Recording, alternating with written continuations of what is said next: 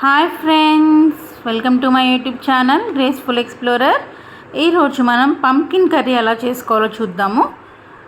ఇది కూర గుమ్మడికాయ ఉంటుంది కదా, అది నేను ఇక్కడ 1/2 కిలో గుమ్మడికాయ తీసుకున్నాను.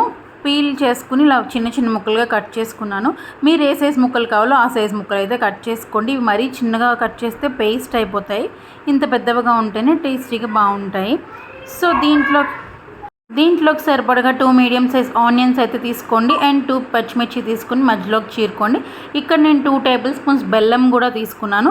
బెల్లం ఆప్షనల్. కొంచెం లైట్గా స్వీట్గా తినాలనుకునే వాళ్ళు బెల్లం యాడ్ చేసుకోండి, లేదు అనుకునే వాళ్ళు బెల్లం అయితే స్కిప్ చేసేయండి. సో చూసారు కదా, గుమ్మడికాయ మీకు ఎక్కడైనా మార్కెట్లో దొరుకుతుంది. దీంట్లో చాలా న్యూట్రిషనల్ వాల్యూస్ ఉంటాయి.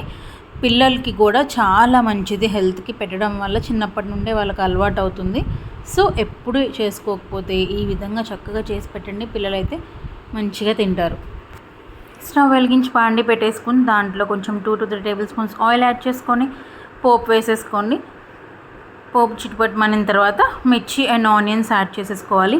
మిర్చి ఆనియన్స్ చక్కగా ఫ్రై అయిన తర్వాత ఈ గుమ్మడికాయ ముక్కలు అనేది యాడ్ చేసుకోండి. గుమ్మడికాయ జనరల్గా పీల్ చేయాల్సిన అవసరం ఉండదు. నాకు ఇక్కడ నేను మార్కెట్లో తెచ్చాను, ఆ పీల్ అంతగా బాగాలేదు కాబట్టి సో పీల్ చేసేసి నేను ముక్కలుగా కట్ చేసుకున్నాను. చూసారు కదా, ఆనియన్స్ అయితే చక్కగా వేపేసుకున్న తర్వాత ఈ గుమ్మడికాయ ముక్కలు అనేది యాడ్ చేసుకోండి. లైట్గా ఫ్రై చేసుకోండి. ఆనియన్స్ ఎక్కువ ఫ్రై చేసుకో అవసరం లేదు. ఈ గుమ్మడికాయ ముక్కలతో పాటు ఇంకొంచెంగా ఫ్రై అవుతాయి. చూసారు కదా, గుమ్మడికాయ మూత పెట్టి చక్కగా మగ్గిచ్చేసుకోండి. చాలా త్వరగా మగ్గిపోతుంది, ఎక్కువ టైం ఏం పట్టదు. మీకు మగ్గట్లేదు అనుకుంటే కొంచెం వాటర్ అయితే యాడ్ చేసుకోండి, చాలా తక్కువ యాడ్ చేసుకోండి, ఎందుకంటే చాలా మెత్తగా పేస్ట్ అయిపోతాయి త్వరగా. చూసారు కదా, మధ్య మధ్యలో మూత తీస్తూ చక్కగా మిక్స్ చేసుకోండి, లేకపోతే అడుగు పట్టేస్తుంది.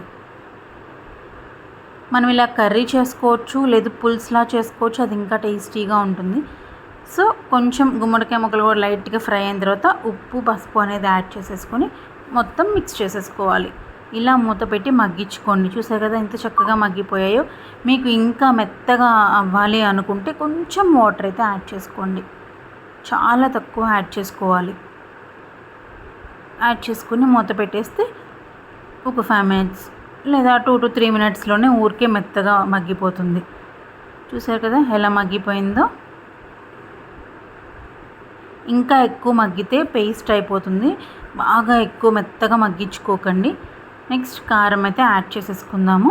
కారం యాడ్ చేసుకుని ఒకసారి మొత్తం మిక్స్ చేసేసుకుని లాస్ట్లో బెల్లం యాడ్ చేసుకోవడమే. చూసారా ఎంత మెత్తగా ఉడికిందో.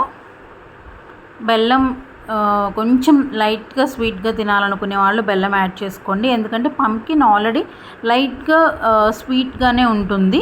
లేదు స్వీట్నెస్ వద్దు మీకు అన్నవాళ్ళు ఉప్పు కారం కొంచెం ఎక్కువగా యాడ్ చేసుకోండి, అప్పుడు టేస్ట్ అయితే బాగుంటుంది. నేను ఇప్పుడు బెల్లం యాడ్ చేసేసాను. బెల్లం కొంచెం కరిగే వరకు ఉంచుకుని మనం కావాలంటే కొంచెం మసాలా అండ్ కొత్తిమీర యాడ్ చేసుకుని సర్వ్ చేసేసుకోవడమే.